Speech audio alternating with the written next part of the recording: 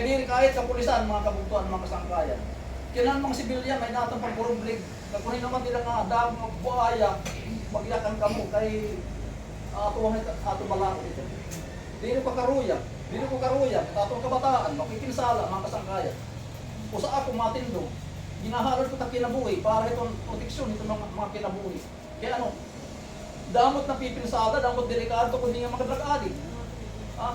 Kung wala nagbabalid hindi nga ipir nga mga droga, hindi rin ito masusugat.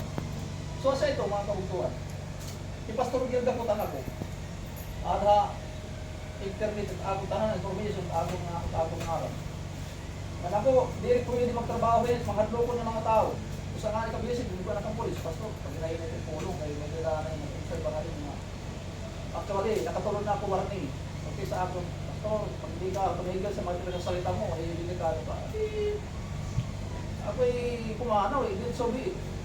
Walang papano, walang mamamatay kung hindi ka tulungan ng ating Panginoon. At isa pa, pupunta ako sa langit. Sigurado ako, punta ako sa langit akong kaluluwa. So, yun. Pagbabago dyan sa ating Panginoon. Pagbabago. At itong lahat na, kayong lahat na nakakilala sa akin, nakasalamuhan ko ay siguro nakabati ng kama ako. Teka na kong pobre ng pamilya. So, hindi tindaw ko ng leadership. Siling ko, leader lang ako tinatapuran. Itong leader na may dahing kadlo ka Diyos. Nagyayakan na ko ni Diyos office, mga kabugtuan. Wala ko kadlo pagyagabra sila nga, pagburublig kita, pagwasiwas itong druga, kaya dati balik na liwa. Oo. And then, usad, kampanya namon, burublig kita ng mga sibilian. Isang din, Domingo, na eskina, nagyayakan ako, pagburublig kita, pag isang liwat ang pulong itong Ginoo, kaysa paagay pulong itong Ginoo, at mga tao magkadaling respeto ang Diyos. Paprotektahan ito atong mga tao. Paprotektahan mga tao. May da mga babati-bati ko, may da ko nagpipantok-tok itong balay, kuno, bahay kuno, sa mga mga tao, ay balik ito, mga buhay ito. Ito ba ito, kamatuuran. Kaya ano, mga kawatan, waray nito nirahon, ipagunahuna, kung paano nakakakawat. Salamat sa Diyos sa kabisis, o din ba kabisis na salamat sa Ginoo. Kita ako cellphone, nakadawag tayo ngalimti, ano sa mga cellphone una, nakalimta ko itan, di da buskada, di ba ilan ito, pag pinakamekado, hindi ka sa arin, nakadanwal pa kahungan merkado. Mga ito nga takinuutan nun, tapos kamang ko kasukli, lumakat ako, nag-cellphone, nakutak nila po, salamat po, nakutak pa, nakutak po, pagkat po, nakapot, salamat sa Ginoo, ako. Ito ang cellphone, nabayaan ko ng mga cellphone, na, may 3 sulit.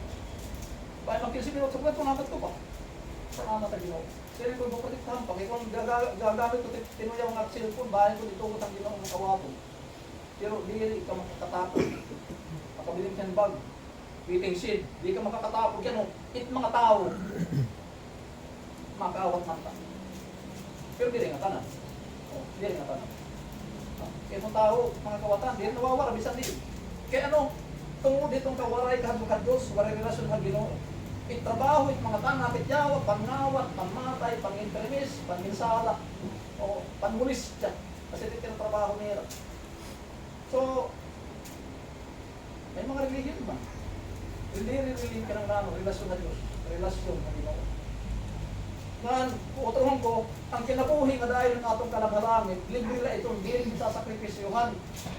Nasa ang pulang Ginoo, ang bayad sa sala, kamatayon, kundi ang hatag na walay bayan, ang kinabuhi na walay katapusan ang adak ng Kristo Jesus. May mga paano bibinalin nato tatong kinabuhi, nga lumalabay ang kinabuhi, pero nakatuwid ang kinabuhi. Ito ang kinabuhi walay katapusan. Libre na tiya, mga kasangkayan. Libre. Pinabi ng pagkalat ng Kristo Jesus. Alat ang tulitin atong Ginoo sa Kristo.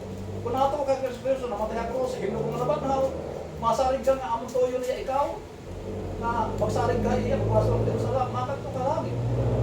Sa larong pinggir. Mga palatiya, di rin kinahalan, magkapag-baptist, anong mga religion. Kristo Jesus, tandaan lang, sinatang ko sa Kristo. Aking kinabuhi, lalo ng pagkakuran. Parang makat ito langit, maring mga aga-iya. Kasi kung lang Ginoo, kapag lang kinabuhi, ulit katapusan, ang Diyos rin magbubuha. Itapon, Diyos din magbubuha, nagsaad niya.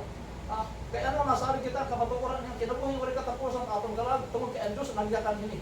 Nalibinhatag ini niya libre, mga kabuntukan ng kasangkayan. Dapat ang una natin, nakatami natin kalam. Ako din maaram, kawan ko paggawas ko niya, patay na ako. Sa akong lawas, napapatay. Sa akong kalam, din makatay, sigurado ako makatukalang. Sigurado ako makatukalang. 100% sa pagposilo niya na. O sa kabisisan to, may isang dako officer na basay. Dali may anak, nadakop. Na-trap, pag baligyan siya mo. Nagyakan ang liha. Di lahat. Jim. Sa ko diri ton maupay ka leader, nga di ginugupan ang ira anak. Sakuti talaga, klarado, nadakop. Nagtulakin siya po. Na-trap ang mga hapidiya. Tapos kay mga kamakaraman man ginkuan nila, gisagit, waray pa priso. Magabugtuan siya ko, pwede ko pasilon, ibabalik ko ta kinabuhi, para hindi pagka pwede nga droga natin na basay. Pwede pa sila. Kaya no, very pa right time. Ang mga ako, malipayon ako, magabugtuan, ako lang, akong tao, malipayon ako, patayin ako, sa targayakan ako para ito na itong pagkakuhayan. Kahit akong kalag, nasa itong langit, sa rin pulong itong Ginoo. Ha, kabuhi para kang Kristo, magkamatayin pagdaog. Mamatay nga na ako, kadaugan ko, waray katapusan, kaya waray ko na problema langit. Mabumuhi ako, waray katapusan, langit, mga kasangkayan. Amo nga niya ako, mamatay nga niya ako, sa akong kabaong, butangan hintanan, si Pastor ay buhay na buhay sa langit ang kanyang kaluluwa. Itong sapil, butangan ko palibot, si Pastor Gil ay buhay na buhay sa langit at buhay na buhay sa aming mga puso. Itong iba, itong kabatayan, masyadong kakaperdihan. Wala yung paglawin itong langit, mga kasangkayan. Kaya wala tayong paglawin itong langit, wala tayong kay Kristo Jesus. May religion lang niya. Wala ng mga tao religyoso, pero wala kasiguran itong langit. Kaya ano, religion lang. Hindi na makagpasiguro itong religion. Kay Kristo Jesus at makagpasiguro. At atong kinabuhay nga dayon. Kay Kristo Jesus lang. Makaradlok mga kasangkayan. Kita matang, di kita maalam. So may oras, patay na. So yan na, antisak patapos na ako pagyakan mga kasangkayan. Karoon ko ni Kristo Jesus na magtalawas kaya ano, di ka maaram. Itbangungot, itaw, binabangungot. Itaw dahil na natutudol. Nagtitigan ang sakyan natin, dapat may preparasyon. Heaven is prepared for prepared people. Kung langit, andam mo hiya, para andam mga tao, nagbasol, nagsari kang Kristo Jesus. Kung diri ka, wala ka pa magsari kang Kristo Jesus, diri ka pa andam itin kamatay, diri ka pa andam itong magkanto langit, makanto ka impyerno. Ito't bakit pinakamakahadlokin duro. Waray haton, amo nga nga, di kita maawit ng buwas, buwan pa kita. Waray bisan yung katawa makakulit pag siya nga, oh, siguro na buwas na ako, buhay magbuwas kaya ano. Kita ikuha lang kita ito, Ginoo, di kita maawit ng buwas.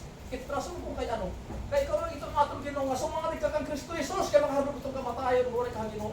Waray ka nila sa Diyos, makaharap itong kamatayan, mapatay ka, makatong impyerno. Kapag sakit na, waray katapusan, kapag sakit ang impyerno, kalayo, nasa kulong Ginoo.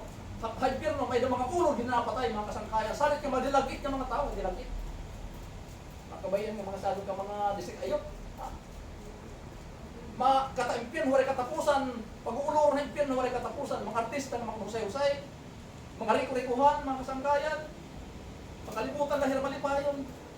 Kung rin na Kristo, mga kata-impyerno, waray katapusan, mga kasangkayan.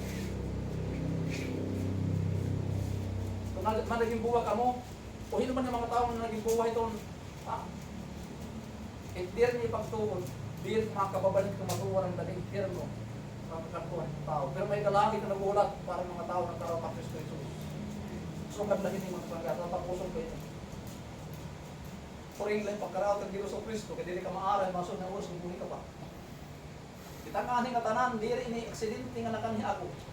Kaya kada oras, kada oras, bagtat kinabuhi, di kita maaram. Kagabi, pagkaturong natin, di kita maaram, nakakagmatapak tayo ng adlaw, ng aga. Diyos siyang Ginoo, nakamatapak kita. Buwas di kita maaram. Karaw ni Kristo Jesus yung magtaraluwas. Kaya oras napatay itong tao, magkaroon ng Kristo Jesus. Di rin langit kakatuan. Itong langit ang damiya para mga tao nagkarawa ka Ginoo sa Kristo. So kung naawod ka, ay pagdapot ay mo pagkampo, sumuloy ka pagkampo. Awod ka siguradong langit. Mo ka lang. Ulangit na Diyos, inaamin ko ako makasalanan. Nato ako Ginoo. Ang kamatayan ni Kristo Jesus sa krus, pagtubos sa aton, gibuhat niya obligasyon, iya responsibilidad. Kang Ginoo, bubuhatan ko ako responsibilidad, di kakarawat ni Kristo Jesus. Ako kasing-kasing. Ako na huwag mamatay, kaya makaroon ka matay, waray na imo, waray relasyon na imo, Ginoo. Pasiguro ako langit, takong talag. Wala ko ibang ilalauman, wala ko ibang tinatakuran. Ikaw la, Iso Kristo, na namatay na krus, itinulubong na nabanhaw. Damo, masalamat Ginoo. Ikaw la paglaong ko Diyos. Di man ako maarang masul na oras, di rin maarang puwas buhay pa ako. Pero ano matatabuha akong kinabuhi? Sigurado ako makatong malangin. Kaya ikaw Diyos, ako magtarawas. Akong karawat yan ang adlaw. At akong pag-ampo, ang araw ni Kristo Jesus. Kung oray ka mag-amphad ko, ginrinjik ng puluhan Diyos, kasi ang puluhan Ginoo, kaya na nasa likoy ang akon, na nasa likoy akon ng mga pulong, pagbuhok man niya uhi ng mga adlaw. Ano ato Ginoo Kristo ng gaya kan itong mga kasangkayan? Ato Ginoo ng gaya sa Kristo ng gaya kan. Kaya nasa likoy ang akon, na di na karawat akon pulong, pagbuhok man niya, akon pulong ako inyakan, o pagbuhok niya katapusan. Pagkatubang nato Ginoo, di siya magtaraluwas. Judge na hiya. Hiya na, Savior hiya mga kasangkayan. Sa atong panahon, samtang nabubuhit tao, Savior hiya. Pero pagtuban nato na Diyos, judge na hiya. Wala ka ba, hindi ka makakaliwa. Ino, kinabuhit natin maupay. Kung wala mo karawat kay Kristo Jesus, bis ka pa nabuhitin maupay.